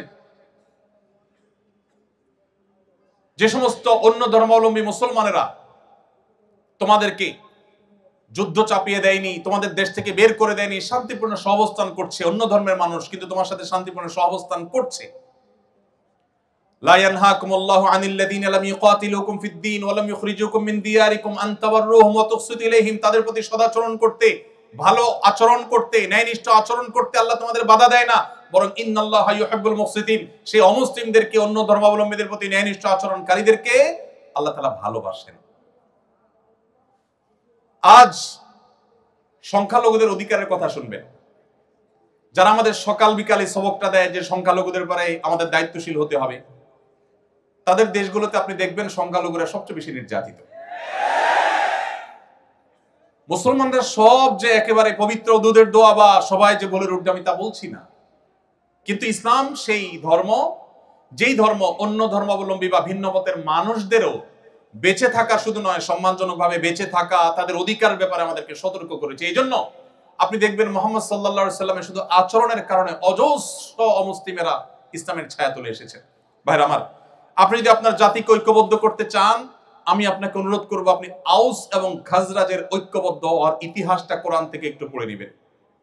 আল্লাহ রাব্বুল আলামিন কোরআনে সেটি উল্লেখ করেছেন যে আউস এবং খাজরাজ দুটি গোত্র মদিনার, তারা পরস্পরের মধ্যে যুদ্ধে লিপ্ত ছিল যুগ যুগ ধরে। বাবা মারা যাওয়ার সময় ছেলেকে ওসিয়ত করতো, বাপ আমার প্রতিপক্ষের সাথে যুদ্ধ শেষ করে যেতে পারলাম না, সমরে শেষ করে যেতে পারলাম না, ওসিয়ত করে যাচ্ছি যুদ্ধটা তুই চালায় যাস। এই ছিল তাদের অতীত, এই ছিল তাদের ইতিহাস। মুহাম্মদ সাল্লাল্লাহু আলাইহি সাল্লামের সান্নিধ্যের সৌরভে যুগ বা বছরের প্রয়োজন হয়নি, তার সান্নিধ্যের সৌরভ এতটা আকর্ষণ করত, এতটা স্পর্শ করত, এতটা মোটিভেটেড করত যে মুহূর্তের মধ্যে ঈমান আনার পর তারা এতটাই পরিবর্তিত হলো যে একই প্লেটে, একই দস্তরখানে বসে তারা খাবার খাচ্ছিলেন। একজনের জীবন রক্ষা করার জন্য আরেকজন জীবন দিতে তারা কার্পণ্য করেননি। আল্লাহ তাআলা কোরআনে কারিমে সেটিকে বিভিন্ন জায়গায় উল্লেখ করেছেন। এজন্য আপনি যদি জাতিকে, বিশ্ব মানবতাকে ঐক্যবদ্ধ করার কাজ করতে চান, আপনি যে কোনো সেক্টরে ঐক্য এবং সম্প্রীতির বন্ধন তৈরি করতে চান, মুহাম্মদ সাল্লাল্লাহু আলাইহি সাল্লামকে আপনাকে চর্চা করতে হবে। আপনি দেখতে পাবেন সেই মক্কা থেকে আসা, হিজরত করে আসা মুহাজির সাহাবীরা কিভাবে মদিনার সাহাবীদের কাছে আপন হয়ে গেছে। তারা যখন এসেছেন মদিনায়, মদিনার সাহাবীরা বললেন যে আমাদের ব্যবসার অর্ধেক দিয়ে দিচ্ছি আপনাদেরকে। কেউ বা ব্যবসার অর্ধেক অফার করলেন, কারণ একাধিক স্ত্রী আছে, তিনি বলেছেন যে ঠিক আছে আমার একজন স্ত্রী, আমি তাকে ডিভোর্স দিয়ে দিচ্ছি, আপনার স্ত্রী রেখে এসেছেন, সংসার, আপনার জীবন সবকিছু বিপন্ন প্রায়। আপনাকে আমি আমার ভাই হিসেবে এই সুযোগ দিচ্ছি যে আমার ডিভোর্স হওয়া স্ত্রীর সাথে আপনি বিবাহ বন্ধনে আবদ্ধ হতে পারেন, বিবাহ আপনি করতে পারেন, ব্যবসার অংশ নিতে পারেন, ইত্যাদি ইত্যাদি। মক্কা থেকে আসা সাহাবীরা বলেছেন তাদের সাথে কিছু নেই, সব সহায় সম্পদ রেখে আসতে হয়েছে। পৃথিবীতে আজও তো বহু শরণার্থী শিবির পৃথিবীর দেশে দেশে আছে। মুহাজিররা যে শরণার্থী হয়ে বা মুহাজির হয়ে মক্কা থেকে মদিনা এসেছেন, মুহাম্মদ সাল্লাল্লাহু আলাইহি সাল্লামের নেতৃত্ব, তার সিরাত এর সৌরভ সান্নিধ্য তাদেরকে কি করেছে? তারা যখন অফার পেয়েছেন মক্কাবাসী তাদেরকে তাদের সম্পদের অর্ধেক দিয়ে দিতে চেয়েছেন মদিনাবাসী, তখন তারা বললেন না, সম্পদের অর্ধেক দেওয়ার প্রয়োজন নাই, আপনারা আমাদেরকে বাজার দেখিয়ে দিন, আপনাদের বাজারে গিয়ে আমরা পরিশ্রম করব, ব্যবসা বাণিজ্য করব, কেনা বেচা করব, এই দেশের অর্থনীতিতে আমরা অবদান রাখব, অর্থনীতির চাকাকে আমরা সচল করব, আমরা আপনাদের বোঝা হতে চাই না, আমরা এখানে এসে আপনাদের অর্থনীতিতে ভূমিকা রাখতে চাই। তারা রেখেছেন, প্রতিষ্ঠিত হয়েছেন, মদিনাকে সমৃদ্ধ করেছেন, সবচেয়ে বেশি সমৃদ্ধ করেছেন মুহাম্মদ সাল্লাল্লাহু আলাইহি সাল্লামের নেতৃত্বে। ভাইরা আমার, এভাবে আপনি যদি অর্থনৈতিক মুক্তির কথা বলেন, অর্থনৈতিক মুক্তি আমাদের এই দেশের জন্য খুব বেশি গুরুত্বপূর্ণ। ভাইরা আমার, আপনারা জানেন আমাদের একটা কালভার, একটা ব্রিজ, এটা করতে হলে বিদেশের দিকে তাকাইতে হয়। তারা আমাদেরকে কিছু টাকা পয়সা দেয়, লোন দেয়, আল্লাহর হস্তে না, লোন দেওয়ার পর সাথে 10টা 20টা শর্ত দিয়ে দেয়। লোন দেয় ব্রিজ করার জন্য, শর্ত দেয় আমার পাঠ্য বইয়ে আমার ছেলে মেয়েকে কি পড়াতে হবে সে বিষয়ে। লোন দেয় তারা আমাদের অবকাঠামো উন্নয়নের জন্য, শর্ত দেয় এদেশের মুসলিম, হিন্দু, খ্রিস্টান, বৌদ্ধ সকল ধর্মের মানুষের ধর্মীয় মূল্যবোধ পরিপন্থী বিষয়কে সমাজে পুশ করাবার জন্য। ভাইরা আমার, এই সুযোগ তারা এজন্য পায় যে আমরা অন্য অনেক দিক থেকে বাহ্যিক মুক্তি লাভ করলে অর্থনৈতিক মুক্তি আমাদের হয়নি। আপনি যদি অর্থনৈতিক মুক্তি লাভ করতে চান, কিভাবে? খালি হাতে মক্কা থেকে আসা হাজার হাজার অগণিত মুহাজির সাহাবীদের কিভাবে সমৃদ্ধ করেছেন নবী সাল্লাল্লাহু আলাইহি ওয়াসাল্লামের বলিষ্ঠ নেতৃত্ব, তার প্ল্যান, কিভাবে মদিনার সমাজকে প্রতিষ্ঠিত করতে ভূমিকা রেখেছেন, আপনার তাকে অনুসরণ করতে হবে। মুহাম্মদ সাল্লাল্লাহু আলাইহি সাল্লাম মুহাজির এবং আনসারদের মধ্যে যে ভ্রাতৃত্বের বন্ধন তৈরি করেছেন, তার একটি ঘটনা বলে আমি শেষের দিকে যাব। নবী করিম সাল্লাল্লাহু আলাইহি সাল্লাম একবার শুনতে পেলেন দুজন সাহাবী, একজন মুহাজির, একজন আনসার, একজন মদিনার মানুষ আর একজন মক্কা থেকে আসা মানুষ, কোন একটা বিষয় নিয়ে মানুষ হিসাবে বাদানুবাদ হয়েছে, পানি তোলা নিয়ে সম্ভবত বাদানুবাদ হয়েছে। তো একজন তার স্বজাতিকে ডেকে বলেছেন, হে আমার স্বজাতি ভাইয়েরা, ধরুন মুহাজির ভাইয়েরা, তোমরা কোথায় আছো, আসো, আমার সাথে এর গন্ডগোল লাগছে। অনেক সময় লাগে না এরকম, যে এলাকা ধরে টান দেয় মানুষ। নবী করিম সাল্লাল্লাহু আলাইহি সাল্লাম এই ডাক শুনে অত্যন্ত রাগান্বিত হয়ে গেলেন। তিনি সহজে যেন তেন ভাবে রাখতেন না, তিনি রেগে গেলেন। এখন রাগান্বিত হয়ে তিনি তার স্বভাব সুলভ ভঙ্গিতে তিনি বললেন, দাউহা মালি আরা দাওয়াল জাহিলিয়া, ইসলাম পূর্ব জাহিলি বর্বর যুগের আরবদের যে গোত্রপ্রীতি, গোত্রভক্তি তাদেরকে অন্ধত্ব নিয়ে যেত এবং মারামারি কাটাকাটিতে লিপ্ত করত, সে ডাক আমি কেন শুনতে পেলাম? দাউহা ফাইন্নাহা মুনতিনা, তোমরা এই বিভেদের ডাক, বিচ্ছেদের ডাক, এটা পরিহার করো, এটা দুর্গন্ধযুক্ত, ঐক্যবদ্ধ থাকো। এরকম গোত্রভিত্তিক ডাক এবং অ্যাসোসিয়েশন করে পরস্পরের বিরুদ্ধে লেগে যাওয়া, নবী সাল্লাল্লাহু আলাইহি সাল্লাম সেটাকে অত্যন্ত চমৎকারভাবে দমন করেছেন এবং সম্প্রীতির যে উজ্জ্বল উদাহরণ তিনি স্থাপন করেছেন, পৃথিবীর ইতিহাস সেটি করে দেখাতে পারবেন। আপনি সাহাবীদের ইতিহাস যদি পড়েন, কিভাবে আউস খাজরাজ সহ আরো বহু আপনার বিবাদমান এবং মত পার্থক্যে থাকা জাতিগুলো কিভাবে ঐক্যবদ্ধ হয়েছে একটা প্রাচীরের মতো, মুহাম্মদ সাল্লাল্লাহু আলাইহি ওয়াসাল্লামের সিরাত আপনি চর্চা করলে দেখতে পাবেন। সমস্ত সম্প্রদায়ের মধ্যে কিভাবে ন্যায্যতা প্রতিষ্ঠা করতে হয়, খোদ ইহুদিদের সাথে চুক্তি করার পর তাদের প্রতি যেন কোনো অবিচার না হয়, তাদের প্রতি যেন কোনো জুলুম না হয়, তার সর্বোচ্চ চেষ্টা তিনি করেছেন এবং সফল তিনি হয়েছেন। নবী করিম সাল্লাল্লাহু আলাইহি সাল্লাম আখিরাত মুখী যে চিন্তা চেতনা, এটা তৈরি করার জন্য তিনি ভূমিকা রেখেছেন। এবং একজন মানুষ, একজন মুসলমানের জীবনের সবচেয়ে বড় সার্থকতা হলো তার এখানেই শেষ না, আসল জীবন তার সামনে আছে। সে ওই দৃষ্টিভঙ্গিকে সামনে রেখে যখন চলবে, তখন তার সেই পথ চলা হবে অনেক বলিষ্ঠ, অনেক শক্তিশালী, সে কখনো ডিপ্রেসড হবে না। কেন আখিরাতের বিশ্বাসটা যৌক্তিক? বিজ্ঞানের উৎকর্ষের এই যুগে আমাদের অনেকেরই মনে প্রশ্ন জাগে, আমরা মারা যাওয়ার পর আবার আল্লাহ তাআলা সৃষ্টি করবেন, আমাদের বিচার হবে, জান্নাত হবে বা জাহান্নাম হবে। কেন এটা অপরিহার্য? এটা এই জন্য অপরিহার্য, একজন মানুষের জীবনে যদি দুনিয়ায় সব শেষ হয়ে যায়, তাহলে তাহলে তার জীবনের যৌক্তিক পরিসমাপ্তি কখনোই সম্ভবপর হবে না। কেন হবে না? ধরুন একজন মানুষ সারা জীবন জুলুমের শিকার হয়েছেন, সারা জীবন জুলুমের শিকার হয়েছেন, হতে পারে না যে তিনি আদালতে গেছেন সেখানে ন্যায় বিচার পান নাই, সামহাও ন্যায় বিচার পান নাই, হয়তো তিনি নিজের বিষয়টা তুলে ধরতে পারেন নাই, যেভাবে হোক তিনি ন্যায় বিচার থেকে বঞ্চিত হয়েছে। এই লোকটা যদি মারা যান তাহলে তার এই সমাপ্তি কাঙ্ক্ষিত সমাপ্তি না। কিন্তু একজন ইমানদার আখিরাতে বিশ্বাসী মানুষ, তিনি মনে করেন, তিনি জানেন, মনে প্রাণে বিশ্বাস করেন, দৃঢ় বিশ্বাস আছে যে তার এই মৃত্যুর পর আল্লাহর সামনে দাঁড়াতে হবে। দুনিয়ার কোথাও যদি তিনি সুবিচার না পান, কোনো টেনশন নাই, আল্লাহ তাআলা বিচার করবেনই করবেন। দুনিয়ার সব জায়গায় যদি ঠকে যান, তার টেনশনের কোনো কারণ নাই, তিনি সবকিছু সহ বুঝে পাবেন। দুনিয়ার সব জায়গায় তো নিগৃহীত থাকেন, আল্লাহর কাছে তিনি নিগৃহীত হবেন না। এই যে আখিরাতের প্রতি বিশ্বাসের যৌক্তিকতা, প্রয়োজনীয়তা, এটা মানুষের জীবনের যৌক্তিক পরিসমাপ্তি এবং এন্ডিং দিকে মানুষকে নিয়ে যায়। মুহাম্মদ সাল্লাল্লাহু আলাইহি ওয়াসাল্লামের সিরাত পাঠ করলে আপনি সেই যাত্রা এবং সেদিকে আপনি যেতে পারবেন। ভাইরা আমার, এর ফলশ্রুতিতে আপনার ইবাদত এবং কর্মের মধ্যে অপূর্ব সমন্বয় এবং ভারসাম্য আপনি সৃষ্টি করতে পারবেন। দায়িত্ববোধ এবং জবাবদিহিতার চেতনা তৈরি হবে। যে আল্লাহর প্রতি বিশ্বাস করে, আখিরাতের প্রতি বিশ্বাস করে, তার ভিতরে আখিরাতের প্রতি জবাবদিহিতার বোধ তাকে সবসময় মনিটরিং করে। সে কখনো ভুল পথে পরিচালিত হতে পারে না। আমরা নামধারী মুসলমান যারা আখিরাতের প্রতি বিশ্বাস দুর্বল, আমরা হয়তো একদিকে মুসলমান দাবি করছি, আবার অন্যায় অনাচারে লিপ্ত হচ্ছি। সত্যিকারের মুসলমান এবং আখিরাতে বিশ্বাসী হলে সে কখনো সে নিজের বিশ্বাসের পরিপন্থী কাজ করতে পারে না। এই জন্য নবী সাল্লাল্লাহু আলাইহি ওয়াসাল্লাম সিরাত, এটা কেন আমাদের জন্য আজ গুরুত্বপূর্ণ? কারণ সেটি আমাদের জীবনে জবাবদিহিতার চেতনাকে তৈরি করবে। আল্লাহর নিকট দাঁড়াতে হবে, জবাবদিহি করতে হবে। এই চেতনা যদি আমাদের মধ্যে জাগ্রত হয়, তাহলে পৃথিবীর কোনো মনিটরিং সিস্টেমের প্রয়োজন হবে না। প্রত্যেকটা মানুষ নিজেকে নিজে মনিটর করবেন। এবং হাজার উদাহরণ আছে যে আল্লাহর ভয়ে ভীত সন্ত্রস্ত হয়ে আল্লাহর সামনে দাঁড়াবার ভয়ে বহু অন্যায় কাজ মানুষ পরিহার করেছেন। মুসলমানদের মধ্যে কম বেশি আমরা এরকম বহু দৃষ্টান্ত আমরা খুঁজে পাবো। আমি উপসংহারে চলে আসি, রাত অনেক হয়েছে।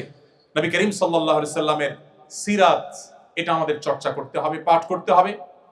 এমনকি যদি আমার কোনো অন্য ধর্মাবলম্বী বন্ধু থাকেন, তিনিও সত্যানুসন্ধানী হলে কিভাবে একজন মানুষ এত অল্প সময়ে তার মিশনকে সাকসেস করে গেছে, এত বাধা মাথায় নিয়ে এসে সবচেয়ে দ্রুততার সাথে সাফল্যের শেখরে পৌঁছেছেন কিভাবে, তার সম্পর্কে জানার কৌতূহল একজন মানুষ হিসেবে আপনার মধ্যে জাগা উচিত। আর মুসলমান হিসাবে, নবী সাল্লাল্লাহু আলাইহি ওয়াসাল্লামের উম্মত হিসাবে আমাদের মধ্যে জাগা আরো বেশি কর্তব্য এবং গুরুত্বপূর্ণ। এজন্য আমি আজকের এই সেমিনারে আপনাদের প্রতি উদাত্ত আহ্বান রাখতে চাই।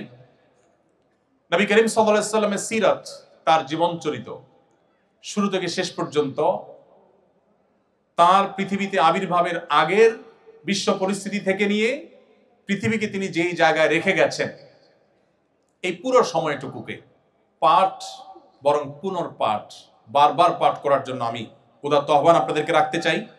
আত্মশুদ্ধি, উন্নত চরিত্র গঠন, সুন্দর সমাজ গঠন, আমাদের সার্বিক মুক্তি এবং আমাদের সার্বিক সাফল্যের জন্য সিরাত চর্চার কোনো বিকল্প পথ আমাদের সামনে খোলা নেই। আজও পৃথিবীতে যত মানুষ ইসলামের ছায়াতলে আসেন, তারা নবী করিম সাল্লাল্লাহু আলাইহি ওয়াসাল্লামের সিরাত পাঠ করে মুগ্ধ হয়ে অথবা কোরআন পাঠ করে মুগ্ধ হয়ে তারা ইসলামের পথে আসেন। নবী করিম সাল্লাল্লাহু আলাইহি ওয়াসাল্লামের জীবদ্দশায়ও যারা ইসলামের ছায়াতলে এসেছেন, আপনি তাদের জীবনী চর্চা করলে দেখবেন যে এক একজন নবী সাল্লাল্লাহু আলাইহি ওয়াসাল্লামের চরিত্র মাধুর্য দেখে, তার জীবন ইতিহাসে মুগ্ধ হয়ে তারা ইসলামের ছায়াতলে এসেছেন। অতএব সিরাত চর্চা করার জন্য আপনাদেরকে আমি উদাত্ত আহ্বান করতে চাই। সিরাত চর্চার জন্য বছরে বা কালে ভদ্রে একটি বা দুটি সিরাত সেমিনার আয়োজন করা যথেষ্ট নয়। কমপক্ষে 3টি সিরাত গ্রন্থ আমি আপনাকে অনুরোধ করব আপনি কিনবেন এবং এটিকে পড়বেন, শুরু থেকে শেষ পর্যন্ত পড়বেন। সম্ভব হলে পাঠচক্র, গ্রুপ স্টাডি করবেন এবং পরিবারের সদস্যদেরকে নিয়ে যদি পাঠ করতে পারেন সেটি আরো ভালো। আমি আপনাকে আল্লাহর উপরে ভরসা রেখে একটি নিশ্চয়তা দিতে চাই, সেটি হলো আপনি নবী সাল্লাল্লাহু আলাইহি ওয়াসাল্লামের সিরাত শুরু থেকে শেষ পর্যন্ত যদি জানতে পারেন, যেটি বলছিলাম তার আবির্ভাবের আগের পৃথিবী এবং তিনি পৃথিবীকে যে জায়গায় রেখে গেছেন, এই পুরোটুকুকে যদি আপনি অধ্যয়ন করতে পারেন, তাহলে আপনার সিরাত পাঠের আগের ঈমান আর সিরাত পাঠের পরের ঈমানের মধ্যে আকাশ এবং পাতাল তফাৎ এবং পার্থক্য আপনি নিজে অনুভব করবেন ইনশাআল্লাহ। আমি সেজন্য আপনাদেরকে আল্লাহ তাআলার যে নির্দেশনা, যেটিতে আমি শুরু করেছিলাম, সেটি বলে আমি শেষ করতে চাই। আল্লাহ রাব্বুল আলামিন বলেছেন, লাকাদ কানা লাকুম ফি রাসূলিল্লাহি উসওয়াতুন হাসানাহ, তোমাদের জন্য আল্লাহর রাসূলের জীবনীতে রয়েছে সর্বোত্তম অনুপম আদর্শ, তুলনাহীন আদর্শ, যার কোনো তুলনা কারোর সাথে চলে না। সেটি রয়েছে মুহাম্মদ সাল্লাল্লাহু আলাইহি সাল্লামের জীবনীতে। আল্লাহ তাআলা শুধু আমাদেরকে কোরআন দেননি, তিনি কোরআন ব্যাখ্যা করবার জন্য, বিশ্লেষণ করবার জন্য রাসূল দিয়েছেন। তিনি চাইলে জিবরিলকে দিয়ে কাবার ছাদে আসমান থেকে কোরআন পাঠিয়ে দিতে পারতেন অলৌকিকভাবে। মক্কার মুশরিকদের বুঝতে সুবিধা হতো যে আল্লাহর তরফ থেকে অলৌকিকভাবে এসেছে। তিনি তার রাসূল সাল্লাল্লাহু আলাইহি সাল্লামকে দিয়ে আমাদেরকে কোরআনের নির্দেশগুলোর বাস্তব উদাহরণ আমাদের সামনে স্থাপন করেছেন।